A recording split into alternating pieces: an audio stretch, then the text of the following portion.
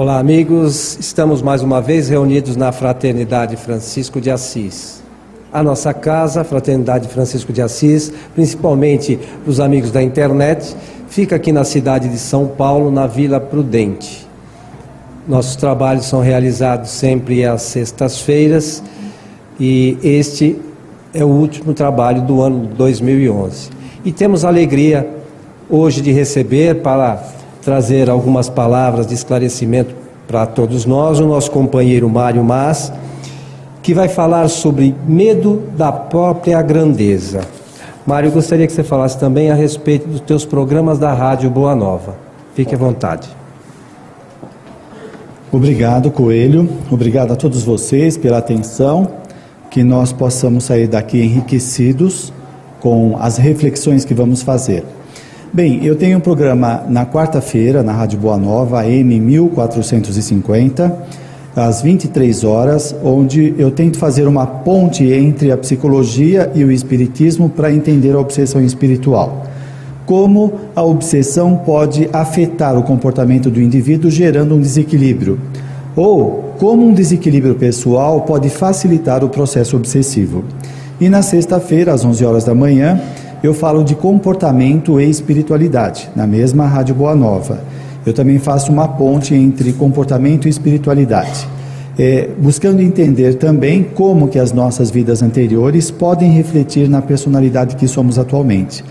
E como os comportamentos que estamos tendo estão esboçando o nosso futuro, as personalidades que nós teremos nas próximas existências. Tudo que nós fizemos aqui está gerando crescimento em nossas personalidades, desenvolvimento pessoal, superação de limites. Então, a proposta do programa é esta. Bem, eu vou falar medo da própria grandeza, porque todos nós queremos a felicidade, queremos estar bem conosco mesmos, não é? Para isso é importante que nós tenhamos autoestima, autoimagem boa, autoconfiança. O que é autoestima? É a estima, o apreço que temos conosco mesmo. O que é autoimagem? É a ideia, a imagem que fazemos de nós. Nós poderemos ter a autoimagem, é o que eu penso de mim mesmo. E posso ter também uma imagem que os outros veem de mim. Então, quais são as ideias que as pessoas têm de mim? Às vezes eu fico tão preso a essa ideia que o outro tem de mim, que eu passo a ter um comportamento alterado. Por exemplo, se o meu pai ou a minha mãe sempre acham que eu sou uma eterna criança, e eu me enquadro nesta imagem que eles têm de mim, eu me torno uma criança mesmo sendo um adulto. Eu deixo de assumir as minhas responsabilidades de pessoa adulta. Então, será que eu tenho uma imagem pessoal fidedigna com aquilo que eu sou? Ou existe uma distorção daquilo que os outros veem de mim e o que eu sou? É importante que nós tenhamos uma imagem bacana, legal, sobre nós mesmos. A autoconfiança, que é a confiança em nós mesmos, ela decorre do conhecimento que o indivíduo tem sobre determinada área, sobre si mesmo, que vai gerar esse sentimento de confiar nas próprias ideias, confiar nos próprios sentimentos, no próprio comportamento. Se nós temos uma experiência traumatizante, nós poderemos ficar desconfiados da nossa capacidade de resolver situações. Digamos que uma pessoa seja frustrada na sua área profissional ou na área afetiva. Aí ela fica tão marcada com esta frustração que ela tem medo de enfrentar novamente um emprego, uma promoção ou um relacionamento afetivo. Por quê? Porque ela acha que ela novamente vai cometer erros, que ela não vai conseguir êxito, etc. Por causa deste trauma, deste sofrimento que ela teve de uma situação não ter dado certo. Não é? Então ela fica de alguma forma maculada. Por isso, para que nós tenhamos uma relação legal conosco mesmo, que nós possamos acreditar em nós mesmos, nós temos que ter essa autoestima, o apreço por nós, autoconfiança, confiar na minha capacidade de enfrentar, de gerir a minha existência. Tenho que ter a autoimagem, autoconfiança e autoestima são as principais, não é? Para que eu consiga desempenhar as minhas atividades, a minha manifestação no mundo de forma mais adequada. Agora, olha só, isso não quer dizer que nós vamos cair num perfeccionismo e achar que nós temos que ser 200%, porque aí a pessoa começa a cobrar demais de si mesma e quando ela não consegue atender às expectativas desse excesso de cobrança, ela fica doente, ela não consegue se satisfazer com nada. Veja, provavelmente você conheça pessoas que tudo que ela faz não é suficiente. Ela sempre precisa fazer algo mais, algo mais, algo mais. Nada está bom para ela, não basta, não é? Então é um excesso de cobrança, não que ela esteja errando, mas ela não sabe a medida das coisas. Por isso é importante o indivíduo se autoconhecer, para ele poder fazer uma avaliação mais justa, mais real daquilo que ele está fazendo. Nós temos que ter senso de limite. Eu posso fazer algumas coisas, não consigo fazer outras. Não é porque eu não consiga fazer determinadas coisas que eu não tenho valor, que a minha autoestima seja baixa. Não. Por exemplo, eu sou formado em psicologia. Se você pedir para eu fazer cálculos, eu não vou fazer. Para resolver determinados problemas, eu não vou fazer. Não é minha área, não me interesso e não gosto. Nem por isso eu preciso me sentir menos importante. Nós temos que saber contextualizar algumas coisas e especificar. Algumas pessoas costumam fazer generalizações. Ah, eu sou uma pessoa fracassada, eu sou uma pessoa muito medrosa, insegura. E eu costumo perguntar, mas você é insegura em quê? Porque a generalização faz pensar que ela no seu todo é insegura, e não é bem assim. É em algumas áreas. Ela pode ser insegura no seu trabalho, mas para cuidar dos seus filhos ou da sua casa ou da sua área de hobby, ela pode ser super segura. O indivíduo pode ser inseguro lá no seu trabalho e pode ser seguro em dar um curso aqui na Casa Espírita. Então tem essas especificações. Não faça essa autorrotulagem de como você como um todo fosse uma pessoa insegura. Agora, o indivíduo pode se sentir inseguro numa boa parte das vezes? Pode. Talvez aí tenha algum conflito, algum bloqueio, algum trauma que não foi bem resolvido e ele começa a ter essa visão do todo. Como a personalidade está perturbada, ela tem a impressão de que aquilo é insolúvel, que não dá para sair da situação, não é? À medida que ela começa a se tratar, começa a se serenar, ela vai vendo que a coisa não é tão grande como ela está imaginando. Muito bem. À medida que nós vamos cuidando mais de nós mesmos, como propôs Jesus, amar ao próximo como a ti mesmo, nós vamos nos conhecendo. Se nós vamos nos conhecendo, nós vamos trabalhando os nossos pontos fracos, difíceis de personalidade, que são naturais. Não tem nenhuma avaliação, ajuizamento negativo de nós termos determinadas dificuldades, conflitos, etc. Porque nós somos criados simples e ignorantes. Nós não devemos exigir de nós uma santidade que ainda não possuímos. Alguns espíritas ficam em conflitos porque eles ainda têm algumas emoções que são consideradas ruins, como inveja, egoísmo, vaidade, etc. Olha, você ainda está na Terra. Nós ainda temos esses sentimentos e é natural. O indivíduo não deve se subjugar, se subavaliar por conta desses sentimentos. No processo evolutivo é natural que nós vamos resolvendo e melhorando, mas para eu resolver algum conflito de personalidade, eu preciso reconhecer que eu tenho, porque se eu não tenho, eu acho que eu sou santo. Então, é interessante, às vezes nós encontramos alguns espíritas que eles ficam sufocando tantas emoções, a pessoa tem uma raiva e ela não admite que tem raiva. Ah, mas como pode eu, espírita, ter raiva? Sim, você é espírita. Antes de você ser espírita, você é um ser humano. Está num corpo biológico que tem necessidades, que tem instintos, que é natural essas emoções. Para que elas sejam resolvidas é preciso evolução. Para a evolução acontecer, eu preciso enfrentar essas situações. Aliás, as emoções, elas são importantes para a nossa manifestação, para o nosso desenvolvimento pessoal, porque são elas que avisam, que anunciam como nós nos sentimos diante de situações diversas da vida, que nem sempre o nosso raciocínio consegue alcançar. Então, por exemplo, você fala, bom, eu devo, como um cristão, ser uma pessoa boa. Isso pode ser um desejo, pode ser um raciocínio. Você pode querer ser uma pessoa boa, mas ser uma pessoa extremamente egoísta, que é uma emoção. Então o indivíduo fica parado nesta situação, ele não consegue resolver. Ora, eu desejo, eu quero ser uma pessoa boa, mas ainda eu sou egoísta, então vou trabalhar esse egoísmo.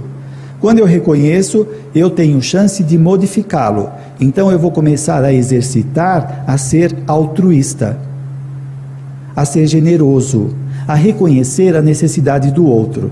Eu começo a desenvolver aspectos da minha personalidade que estavam subdesenvolvidas. O que foi mais desenvolvido foi o egoísmo. Por quê? O nosso egoísmo vem do instinto animal. O instinto animal, para preservar a sua prole, ele precisava de agressividade. Ele precisava acolher a sua prole. Então começa lá atrás. Então é natural que nós tenhamos. Só que isso vai, digamos, se purificando e vamos adquirindo sentimentos mais elevados, ok?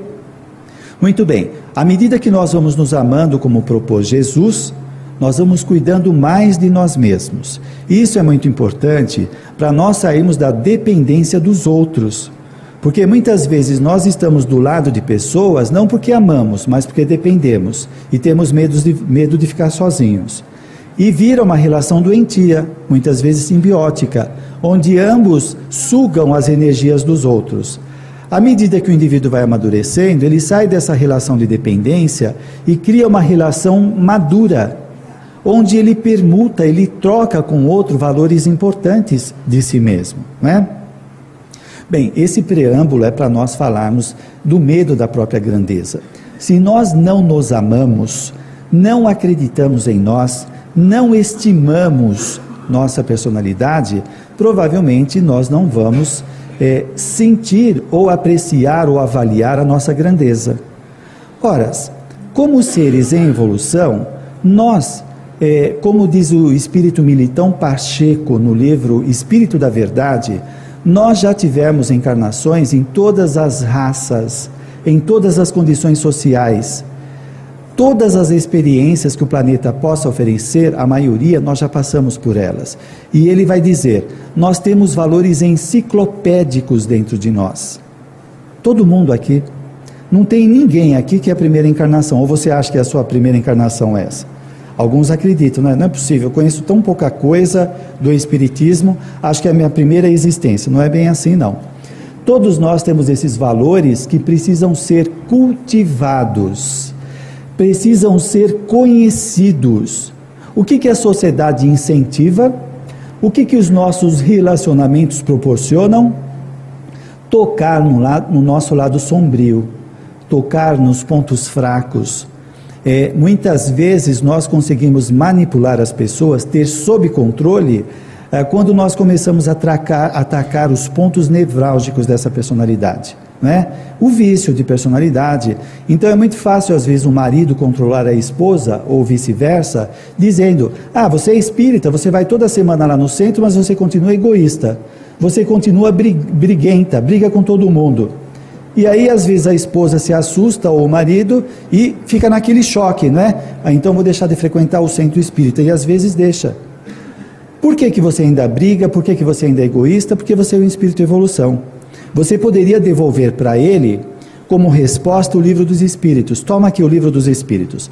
Você vai ver que nós estamos em evolução e que ninguém é perfeito nesse planeta, e eu não tenho obrigação de ser também.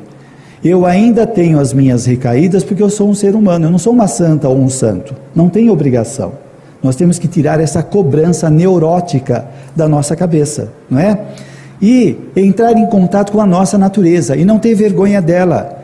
Qual o problema se você ainda tem emoções fortes? Não quer dizer que nós estamos incentivando, mas é reconhecer. Eu ainda tenho emoções fortes, eu sou irritado, eu sou agressivo, mas eu vou começar a trabalhar essa questão. E aí eu vou mudando. Muito bem, Quando nós começamos a perceber ou a destacar, a entrar em contato com o nosso lado nobre, com o nosso lado elevado, com as conquistas que já obtemos, nós começamos a ter uma performance existencial diferente. O que acontece com você o dia que você acorda bem e vai cheio de otimismo para o seu trabalho? As coisas não são melhores? Quando você se encontra com um parente, um amigo, e você está super otimista, está confiante em si mesmo, parece que as coisas estão fluindo, não fica mais fácil de você se comunicar com essa pessoa? De você não se afetar pelas doenças dos outros? É claro que sim. As defesas naturais estão aqui. Infelizmente, nós usamos defesas neuróticas. Então, às vezes, alguém faz um comentário sobre mim, a defesa neurótica é eu me fingir de surdo. Às vezes, um elogio. Você está numa classe e alguém fala, nossa, olha aquela pessoa, como ela faz isso ou aquilo bem.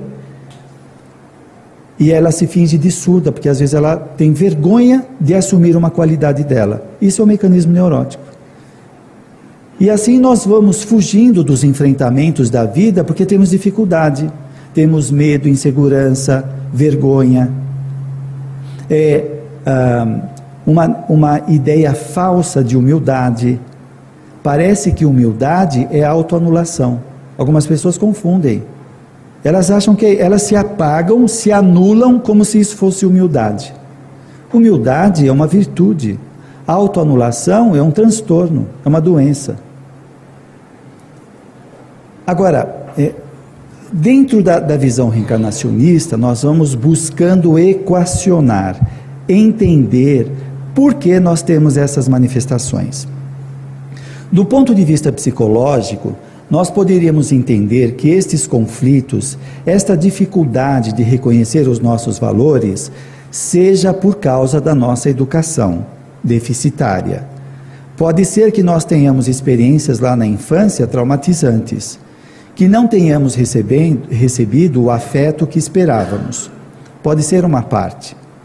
Mas mesmo assim que nós não tenhamos recebido o afeto necessário, o amor, e hoje reclamamos disso, eu não sou feliz porque meu pai não me amava, não me respeitava, eu costumo dizer o seguinte, olha, você não é feliz não é porque seu pai não te amava e não te respeitava, é porque você não tem evolução.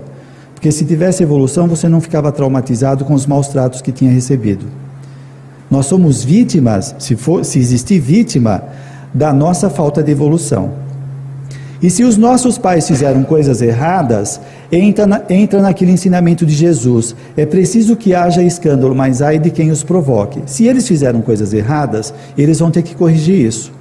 Mas se eu fiquei traumatizado, é por falta de evolução. Se eu tivesse evolução, eu não incorporaria os maus tratos como uma coisa destrutiva. Eu teria defesas pessoais para decodificar, ressignificar aquilo que eu estou recebendo de forma diferente. Isso faz com que a gente saia dessa visão vitimizadora, vitimista da vida, de achar que nós sofremos injustamente. A coisa não é bem assim. E a outra explicação para que nós tenhamos dificuldade de tomar contato com as nossas qualidades, decorre de existências passadas, onde tivemos experiências marcantes que marcaram a personalidade, deixaram cicatrizes, não é? Traumas, ideias, emoções doentias que não foram resolvidas. E o que acontece? Quando estamos hoje em nossa vida, aqui, nesse momento, de repente nós recebemos um elogio, e esse elogio pode evocar no nosso inconsciente lembranças do passado, das coisas erradas que nós fizemos, e vem uma autocobrança, uma autoculpa, uma autopunição, que nós não nos permitimos receber aquilo lá, porque no nosso interior nós nos sentimos culpados. Aí nós entendemos por que a Laura, no livro Nosso Lar, ela fala que junto com o marido, eles tiveram 300 anos de acesso à memória integral. Para quê? Para eles recuperarem toda essa memória e resgatar posteriormente, para que eles possam gerar mais equilíbrio em suas personalidades, onde eles podem ser senhores de si mesmos. aonde eu quero chegar? O Jung diz o seguinte: tudo aquilo que está inconsciente domina nossas vidas. O que isso quer dizer? Se você, há 20 anos atrás, teve um trauma, você foi humilhado em praça pública, você levou uma surra de uma pessoa, passou aquele vexame. Passou o tempo, você está na sua vida presente, tentando esquecer aquilo lá. Aí você está assistindo televisão, aparece uma cena semelhante àquilo que aconteceu com você há 15 ou 20 anos atrás. Quando você vê aquilo, você começa a sentir uma angústia, uma dificuldade de respirar, uma sudorese, você começa a se sentir mal. O que foi? Aquilo que você viu na televisão evocou aquela lembrança que não foi resolvida. E aquilo vem à tona e você se sente desconcertado. Muito bem, isso é um exemplo. Quando o Jung fala que tudo que está inconsciente controla as nossas vidas, quer dizer o seguinte: tudo aquilo que nós fizemos em vidas passadas, ou mesmo nessa, que não foram resolvidas, estão dentro de nós, a todo tempo elas estão sujeitas a vir para fora. Conforme os estímulos que nós recebemos, vem aquela carga de emoções. Quando nós nos conscientizamos delas, nós não somos mais reféns delas. Então, quando eu vejo uma cena que tem alguma coisa a ver com o meu passado, aquilo não me assusta mais porque eu já resolvi internamente. Isso é o que a psicologia chama de elaboração. Então, aquilo não me desestabiliza mais, porque eu tenho controle sobre ela. Por isso, eu preciso aprender a tomar contato comigo, a não ficar alienado de mim mesmo, para que eu possa, na medida do possível, estar com as rédeas da minha existência nas mãos. Muito bem, esse é o segundo preâmbulo falando antes de chegar no medo da própria grandeza, não é? O psicólogo Maslow, ele percebeu uma coisa interessante na Bíblia, onde Jonas consta no Antigo Testamento que ele foi convidado por Deus para uma tarefa. E aí, quando Deus convocou ele, o que ele fez? Ele deu no pé. Ele falou: eu estou fora, eu não sou capaz de fazer isso. Foi embora. Naquele tempo ele conseguia fugir de Deus, não é? Acho que Deus não era onisciente naquele período. Ele fugiu de Deus, tal. Como Maslow vai dizer, ele fugiu da sua missão. O Maslow percebeu que essa fuga de Jonas é um comportamento psicológico de muitas pessoas. Ele vai chamar essa fuga do Jonas de medo da própria grandeza. Se Deus convocou ele para uma missão, é que ele era capaz de assumi-la. Ele não reconhecia a sua própria grandeza. Deus reconheceu, porque ele foi convidado para tal. E Jonas foi embora. E aí Maslow percebeu isso, que muitas pessoas fazem, essa fuga da sua própria grandeza. Ele chegava para os seus alunos de psicologia e dizia: quem de vocês aqui pretende ser um grande psicólogo? Quem de vocês pretende escrever um livro que traga novos conceitos na psicologia? Os alunos ficavam todos corados, se encolhiam nas suas cadeiras, como se fossem crianças, fugindo daquele chamamento, daquela responsabilidade. O Maslow chamava isso de fuga da própria grandeza ou fuga do seu destino. E o Maslow dizia: se deliberadamente planejam ser menos do que são capazes de ser, os previno que serão profundamente infelizes para o resto dos seus dias. Deu para entender? E eu pergunto para você: você está fugindo do seu destino? Da sua grandeza? Você trabalha no sentido de ser menos do que você é capaz de fazer? Você sabota os seus talentos? Ou você trabalha num grau bem abaixo das suas possibilidades? Você se subestima? Se subavalia? Então vou fazer a pergunta que o Maslow fez para os alunos dele, para vocês. Quem de vocês pretende ser um grande médium? Poxa, que beleza! Quem de vocês pretende escrever um livro? Quem de vocês pretende dirigir uma casa espírita? É isso aí. Se não formos nós, quem que vão ser? Os evangélicos? Que vão cuidar da casa espírita? Os católicos? Os budistas? Tem que ser nós, não é? De vez em quando nós entramos naquele mantra da subestima: quem sou eu? Eu não sou nada. Quem sou eu? Eu não sou nada. O indivíduo começa a acreditar que ele não tem valor nenhum. Se nós estamos aqui estudando para conhecer alguma coisa, esse conhecimento tem que ser aplicado em alguma coisa. E por que não nós? Algumas pessoas se cobram que elas têm que conhecer tudo. Ah, não, só quando eu conhecer tudo, fizer todos os cursos. Aí quando ela termina todos os cursos, ela desencarna. E aí? Algumas estão deixando os seus afazeres, os seus compromissos para quando se aposentar. Ou outros quando terminar a faculdade.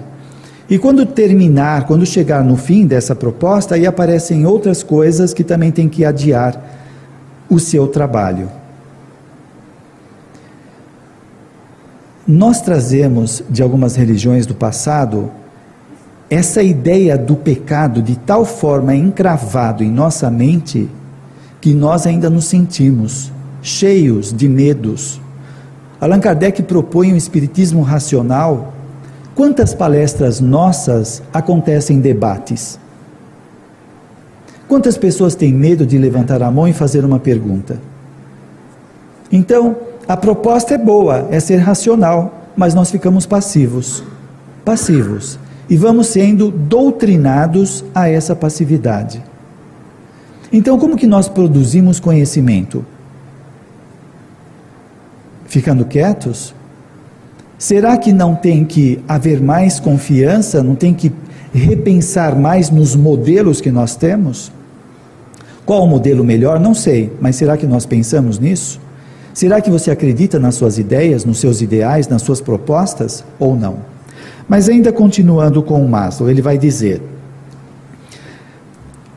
depois dessa fala dele, ele diz: estarão renunciando suas próprias capacidades, suas próprias possibilidades de não assumir a sua grandeza, não é? Horas, quantas vezes no processo evolutivo nós negamos os nossos talentos, em nome de uma pseudo-humildade, de uma pseudo-religião, onde nós, por causa talvez das culpas do passado, ou dos conflitos do presente, da nossa socialização, nós ficávamos carregados de medos, de insegurança, de conflito, e não assumíamos o que a vida nos ofertava, a nossa missão. Cada um de nós aqui temos a nossa missão. No livro Reencarnação, Divina Bênção, é narrado lá uma situação muito interessante. O espírito que escreveu esse livro, ele se chama Marcelo Rios. E quando ele estava encarnado, ele era um psicólogo social. Ele trabalhava com comunidades pobres. E ele viu tanta pobreza e tanto sofrimento que ele acabou ficando descrente de Deus. Ele ficou cético. E ele desencarnou. Desencarnou, ficou 3 anos no umbral. Depois ele foi acolhido numa instituição, numa cidade espiritual, chamada Maria de Nazaré. E depois de um tempo ele foi trabalhar no departamento de reencarnação. Ele começou a ver que tudo aquilo que não tinha nexo no trabalho dele de encarnado, lá ele viu que tinha sentido, que tinha significado. Por que as pessoas passavam por tantas privações? O que não quer dizer que justifique a desigualdade social ou a falta de uma política pública, né? São coisas distintas. E aí ele acompanhou a reencarnação, a programação reencarnatória de uma pessoa. E a programação da reencarnação desta pessoa demorou em torno de 26 anos. Gente, 26 anos para programar a reencarnação dela. Estavam envolvidas em torno de 50 pessoas que fariam parte do grupo familiar, amigos e inimigos dele. Se ele fracassasse na reencarnação que estava sendo programada, isso poderia repercutir nos próximos 400 anos. Dá para ter ideia do barulho? Dá para dormir com esse barulho? Isso quer dizer o quê? Você acha que a sua reencarnação aconteceu ao acaso? Que de repente você estava aqui, pronto, bom, agora eu estou aqui, o que eu faço? Bom, deixa eu viver. Não, houve uma programação muito bem elaborada por psicólogos, sociólogos, geneticistas. No caso desse rapaz, os geneticistas desencarnados foram estudar a linhagem genética dele, e teve uma parente muito antiga que teve um traço de bebida, de alcoolismo. Ele não pôde nascer nessa família porque ele tinha propensão. Ele foi nascer numa outra família para a genética não facilitar o alcoolismo dele. Olha a preocupação dos benfeitores espirituais. Será que nós damos importância a isso? Qual é a sua missão? Foi programado de acordo com as suas necessidades. Será que nós estamos caminhando alinhados com essas necessidades? Algumas vezes a angústia é sinal de que nós estamos desalinhados, que nós estamos fora do nosso projeto. Qual é a sua missão? Cuidar dos seus pais, ter filhos, cuidar de uma empresa, cuidar da educação, melhorar você mesmo? Qual é o seu objetivo? Infelizmente, nós acabamos banalizando a vida e parece que ela é uma corrida para o sucesso do ouro, do status, do corpo físico, de tudo aquilo que é superficial. Como diz Joana de Ângeles, nós vamos atrás das necessidades falsas, que a mídia enche na nossa cabeça. Se você tiver um corpo escultural, você vai ser feliz. Se você tiver status, você vai ser reconhecido. Se você tiver dinheiro, você vai ser adorado. Sempre subordinado, condicionado. Se você tiver alguma coisa que a sociedade elege como importante, você tem valor. Se você não tem isso, você não tem valor, você não tem respeito. E nós entramos nesse esquema e banalizamos a nossa existência, como se ela não fosse importante. Quem aqui assistiu o filme As 5 Pessoas que Você Encontra no Céu? Esse filme mostra uma pessoa, um guarda que cuida de um parque e que para ele não tinha muito valor, porque ele fazia um trabalho, entre aspas, banal, cuidar dos aparelhos para ver se não tem nada quebrado, se está tudo dentro do prazo, para que não aconteça acidentes. Para ele era só isso. Ele queria ter uma profissão, mas ele não teve. Quando ele desencarna, que ele vai ver que esse trabalho dele insignificante salvou muitas vidas, e todas essas pessoas que foram salvas por ele vieram lhe agradecer as suas vidas a ele. O que você faz é insignificante? Não tem valor? Será que não? Não importa o quê? Porque olha só, gente, não é necessariamente a quantidade que vai dignificar mais uma pessoa ou não. Então tem gente que quer fazer caridade para 10 mil pessoas, ela não pode fazer para uma, tem que ser para 10, não é? Então cai nessa visão mercantil da sociedade. Aí ela já quer abrir uma creche, quer modificar o planeta, não é? E às vezes ela é intolerante com o pai dela, com a mãe, com o empregado, com a empregada. Será que não é lá o nosso exercício? Porque essa pessoa, olha, quando a gente fala de família, não é só a família sanguínea. Muitas pessoas do nosso ambiente de trabalho, os nossos vizinhos, os amigos do centro, fazem parte do nosso grupo familiar. Então, aquela pessoa talvez que é difícil no ambiente de trabalho, ou o seu vizinho, ou o parente, é alguém muito necessitada. Se nós conseguimos fazer alguma coisa com ela, o trabalho já é significativo. E quanto mais nós nos tornamos solidários, mais sensibilizados, pode ser que vai ampliando as possibilidades de trabalho. Nós não podemos negligenciar aquilo que está acontecendo, porque se houve uma programação onde foi levado em conta todas as necessidades e possibilidades da pessoa, porque não esqueçam que eles avaliam a ficha kármica. Na ficha kármica tem tudo, tem todas as tendências de personalidade, todas. Imagina o seguinte, uma personalidade que já vem há algum tempo sendo uma pessoa esbanjadora, que usa mal o dinheiro. Se você coloca esta pessoa com condições financeiras muito favoráveis, isso pode prejudicá-la, porque ela não sabe utilizar o dinheiro para o crescimento pessoal.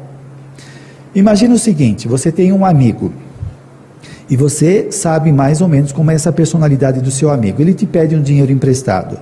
Ele te pede R$500 emprestado. Talvez R$500 para pagar um carnê. Se você emprestar, ele paga aquilo e provavelmente no outro mês ele te devolve. Mas digamos que você seja generoso demais e você empresta R$5.000 para ele. Ele paga R$500 do carnê dele e R$4.500 ele usa para tomar bebida alcoólica. Ele toma bebida alcoólica, tem um acidente e desencarna. Você colaborou. Porque ele não tinha estrutura, ele não tinha capacidade de administrar muito dinheiro, uma quantia muito elevada. Então você favoreceu. Esse excesso de generosidade não é generosidade, é falta de discernimento. Discernimento. Qual é a capacidade dela? É a mesma coisa os pais. Os pais vão avaliar qual é a capacidade dos seus filhos de fazerem uma ou outra coisa.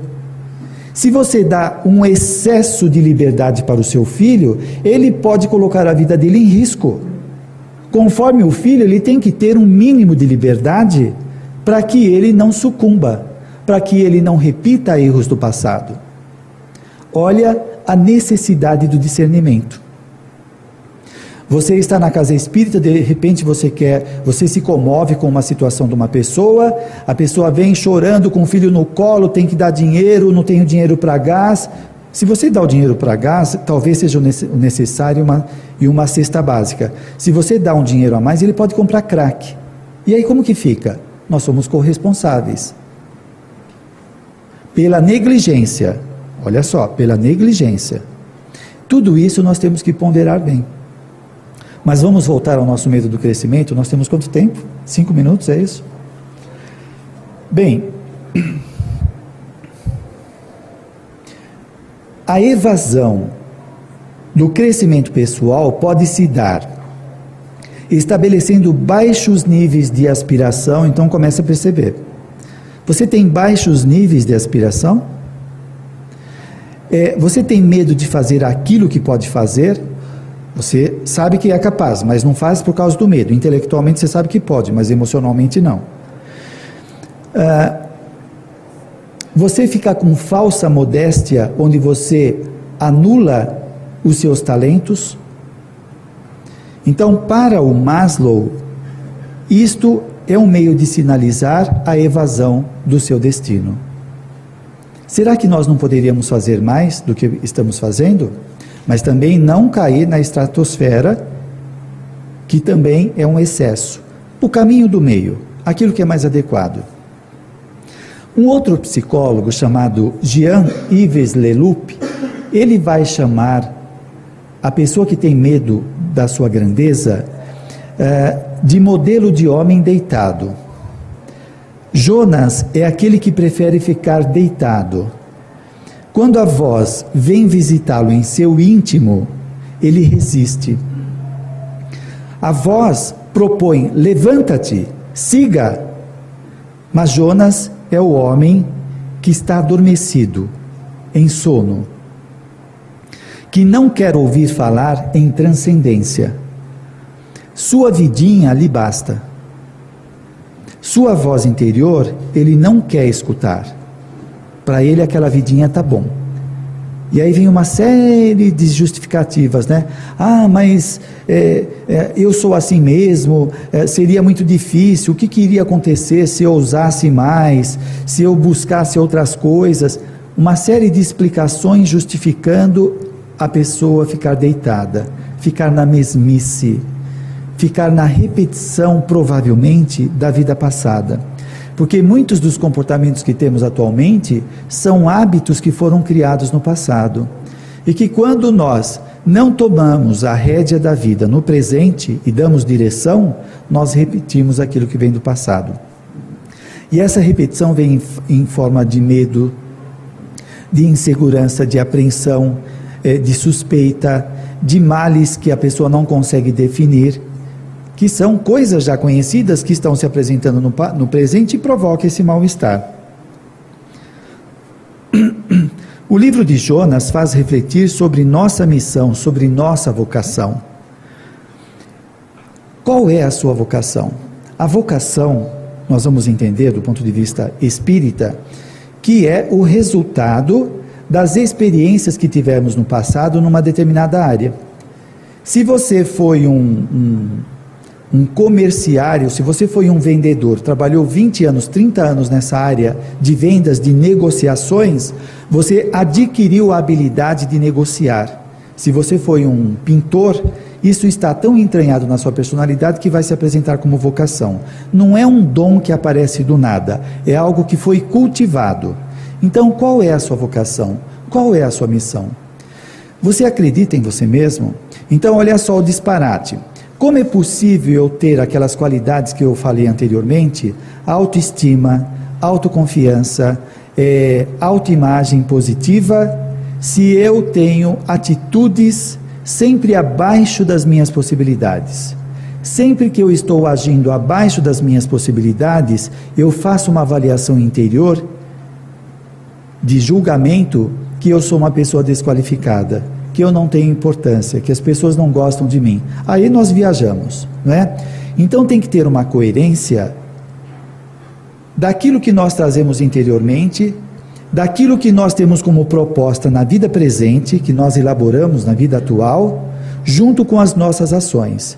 E aí vai haver um casamento, não é? Uma coerência entre o que nós pensamos, entre as heranças do passado, junto com as nossas atitudes atuais, que vai gerar essa coerência que é autoconfiança, autoamor, autoestima, autoimagem positiva, onde o indivíduo se sinta confiante de enfrentar os desafios da vida. Acredita que você pode. Você tem uma história milenar, você tem esse patrimônio interno. Não, olha, filtra tudo aquilo que é negativo que vem dos outros. Não é porque é o seu pai, a sua mãe, o seu chefe, que você deva escutar provocações ou subavaliações da sua personalidade, você incorporar aquilo como verdade. Tem que ter um filtro, tem que passar pelo crivo pessoal. Você dizer, não, espera aí, olha só gente, quando nós nos conhecemos e alguém chega apontando o dedo para nós falando, você é isso ou aquilo, se eu me conheço, eu tenho como refutar essa ideia. Eu posso dizer para a pessoa, você está enganado, eu não sou isso, eu sou desse ou daquele jeito. Por quê? Porque eu me autoconheço. Então é importante que a gente se autoconheça para não ficar na mão dos outros. E assim, quanto mais o indivíduo vai treinando, exercitando este auto-amor, este cuidado de si mesmo, mais a pessoa vai confiando em si mesma e tendo uma performance muito mais positiva, produtiva, saindo de um comportamento reativo, de só se defender, se tornando uma pessoa proativa, onde ela escolhe aquilo que ela quer da sua existência, que esteja em consonância com as suas tendências, com os seus desejos. É isso. Muito obrigado. Boa noite a todos.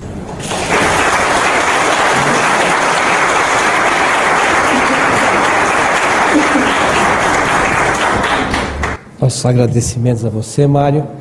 Nós contamos com você no ano 2012, né, para essas nossas apresentações aqui, as nossas palestras. A gente espera que você possa vir até mais vezes no ano que vem. E a todos o nosso abraço. Esperamos todos no dia 13 de janeiro de 2012 com a palestra da Sueli Calda Schuber. Até lá.